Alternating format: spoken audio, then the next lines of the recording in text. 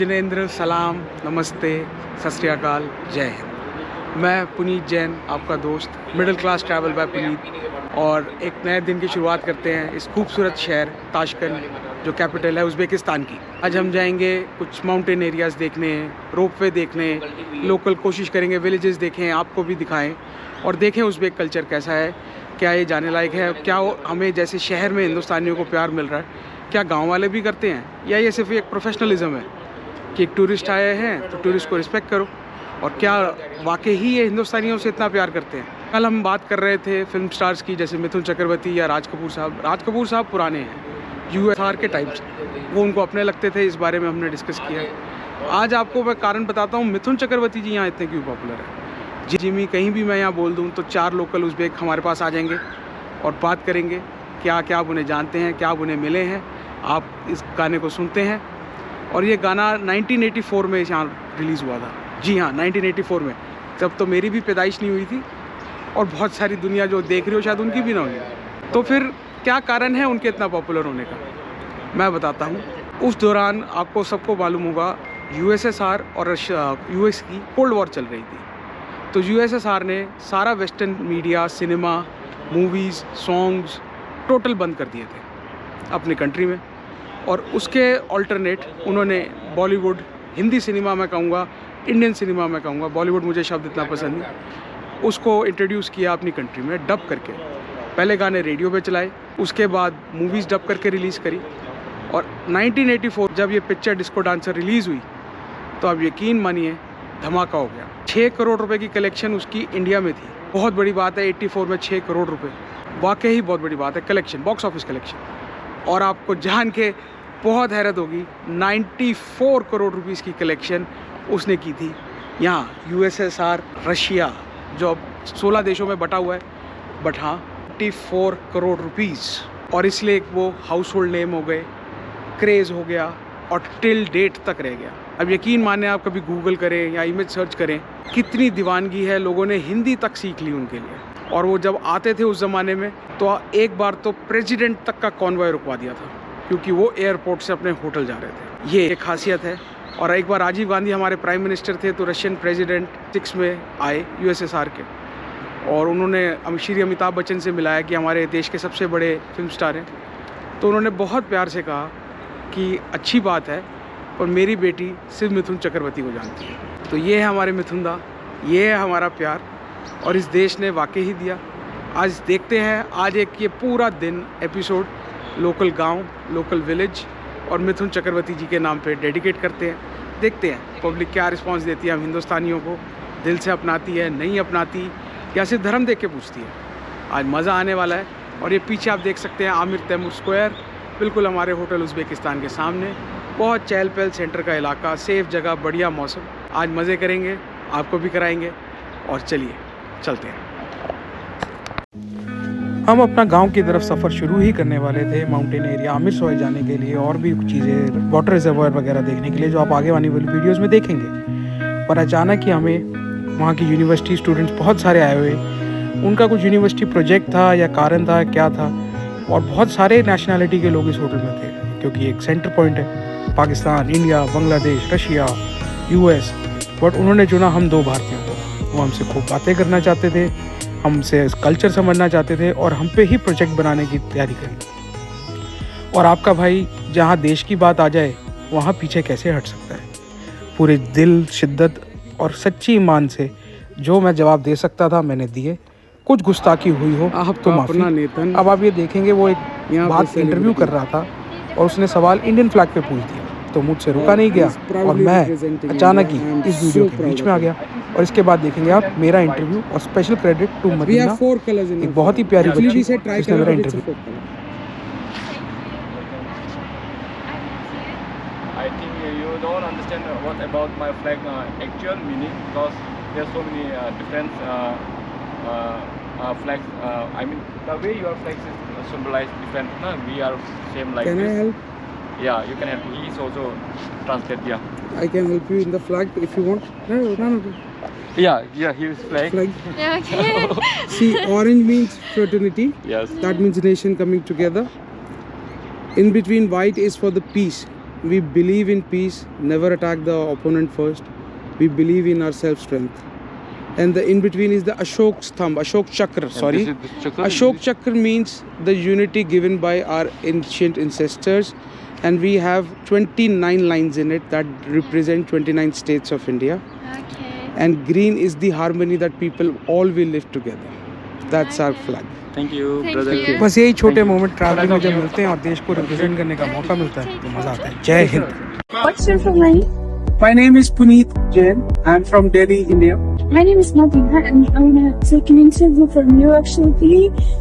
Well, can you tell me a little about yourself? Yes, sir. I'm a working guy in Delhi. I have my own business. I'm in a distribution network of household goods and some stationery products. And I love to travel. Great, and so do I actually. I'm so a kind of person allows to travel actually, and especially I really love going to the America and some kind of picturesque place. And what is something unique about your country that you wish more people know? See, India is not only about films or Bollywood. Yeah. We are very rich in culture, very diverse. There are more than 100 ethnicity lives there. More than 100 ethnicity lives there. More than 25 religions live together. And we have 29 states and more than 100 languages, 5,000 different languages of 5,000 different magazines, more than 20,000 newspapers. And we are improving in that. Food. We got more than 200 types of food. And I wish everybody should visit and explore that. We have beaches, sands, desert, everything is there. Yes, because It's not only Bollywood. It's not, India is not only Bollywood. Great. And how is daily life in your country different from another country? See, this is a very questions that can vary from country to country. Like this country is very relaxed, very modern and friendly. In our country, from north to south can be very like if you go to urban cities like Mumbai, Delhi, mechanical life. Be 10 hours, then travel and go home, sleep with your family. In tier 2, tier city as you more go rural, get more time, you get more environment friendly, less pollution. It's very different life. Actually, as a child, when we were a child, we always just used to watch the films, Indian films. It was really romantic.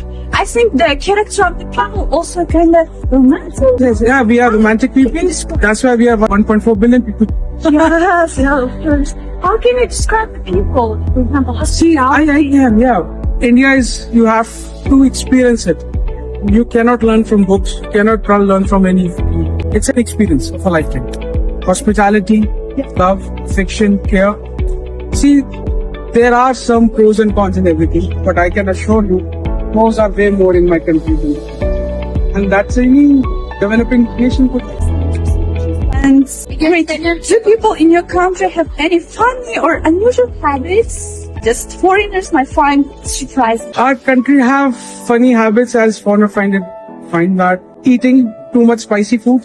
They find it why you are eating too much spice. But that's our rooted. We are the founder of spice in the world. We have given the spice to the world. Then why would I have it? It's a great thing. Why do you have a blend food when you have a spice in life? So the food And some funny habits is the way sometimes people fun things, but we are in our transition always. तो ये था एक interview क्या एक अपने देश को present करने का मौका मिला, मैंने किया, ईमानदारी से जो जवाब दे सकता था दिया, फन विटियर वे में दिया, बहुत ही सच्चाई से लड़कियों को दिखाना था और यूनिवर्सिटियों को बताना था कि इंडियन सेफ है, इंडियन बहुत अच्छा है, आप आइए, ज़रूर आइए, परिवार को लेके आइए. जय हिंद. और जहाँ आपको मौका मिले आप भी इसको प्रमोट करें.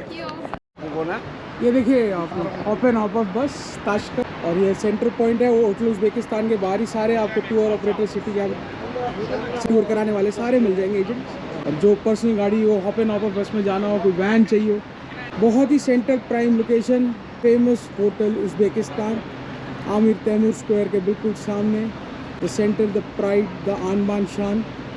ये थी जगह और हमेशा रहेगी. 1971 में बना हुआ सोवियत संघ ने अपनी ताकत दिखाने के लिए कि हम इंटरनल भी पहुंच गए, तभी एक इंटरनल देश होता था, आज एक फलता फूलता बहुत सुंदर और बहुत ही प्यारा उज़्बेकिस्तान देश बन गया.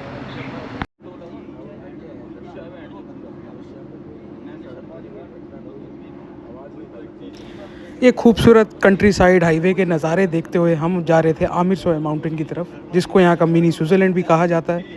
वैसे ही गुलमर्ग की तरह मैं तो कहूँगा, क्योंकि गुलमर्ग भी हमारा स्विट्ज़रलैंड से कम नहीं है। और लेवल 1 लेवल 2 करके है, और कुछ गांव हैं जो हम कवर कर सकते होंगे करेंगे।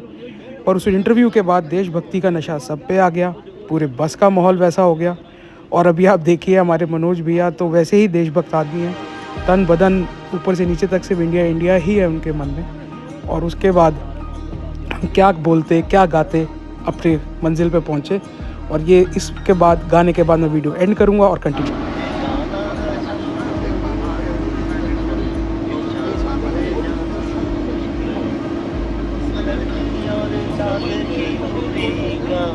अंदाजा लगाना मुश्किल सभ्यता जहाँ मैंने सभ्यता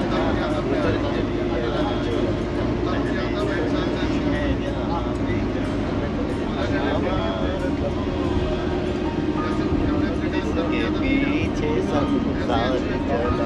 संसार चला और आगे बढ़ता रहा